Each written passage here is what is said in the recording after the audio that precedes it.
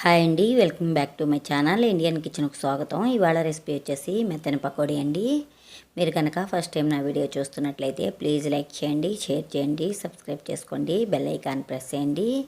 ఇది చాలా టేస్టీగా ఉంటుంది. చేయడం కూడా చాలా ఈజీ.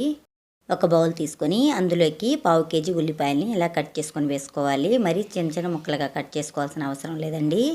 పకోడీకి ఉల్లిపాయలు ఎక్కువ వేసుకుంటే టేస్ట్ అనేది చాలా బాగుంటుంది. అలాగే పచ్చిమిర్చిని ఒక 10 వరకు తీసుకొని ఇలా చిన్న చిన్న ముక్కలుగా కట్ చేసుకొని వేసుకోవాలి. కొంచెం కరివేపాకు, ఒక 1/2 టీ స్పూన్ అంతా వాము, రుచికి సరిపడా ఉప్పు వేసుకొని ఇలా చేత్తో బాగా కలుపుకోవాలి. ఇలా కలుపుకోవడం వల్ల ఉల్లిపాయలు విడివిడిగా వచ్చేస్తాయి. ఇప్పుడు 1 స్పూన్ అల్లం వెల్లుల్లి పేస్ట్ వేసుకోవాలండి. 1/2 టీ స్పూన్ పసుపు, ఒక 1/2 టీ స్పూన్ అంత గరం మసాలా, ఒక కప్పు నిండా శనగపిండి వేసుకోవాలండి. అలాగే 2 స్పూన్ల బియ్యం పిండి కూడా వేసేసుకొని కొంచెం కొంచెంగా నీళ్లు వేసుకొని కొంచెం జారుగా కలుపుకోవాలి. మరీ గట్టిగా కలుపుకోకూడదండి. మెత్తని పకోడీ అంటే కొంచెం లూజ్గానే ఉండాలి పిండి అనేది.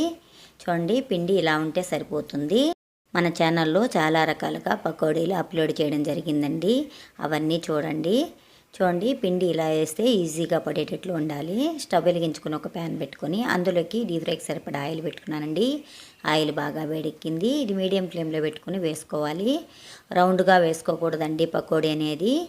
చూడండి, ఇలా వేసుకుంటే సరిపోతుంది. కొంచెం కొంచెంగా వేసుకోవాలండి.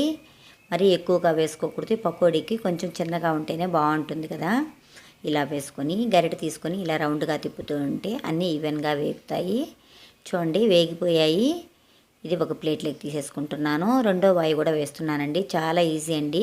మీరు తప్పకుండా ట్రై చేసి మీకు ఎలా కుదిరిందో నాకు కామెంట్ బాక్స్లో తెలియజేయండి. ఇలాంటి వంటలు కావాలంటే నాకు కామెంట్ బాక్స్లో తెలియజేస్తే నేను తప్పకుండా ట్రై చేస్తాను. ప్లీజ్ లైక్ చేయండి, షేర్ చేయండి. Thank you for watching.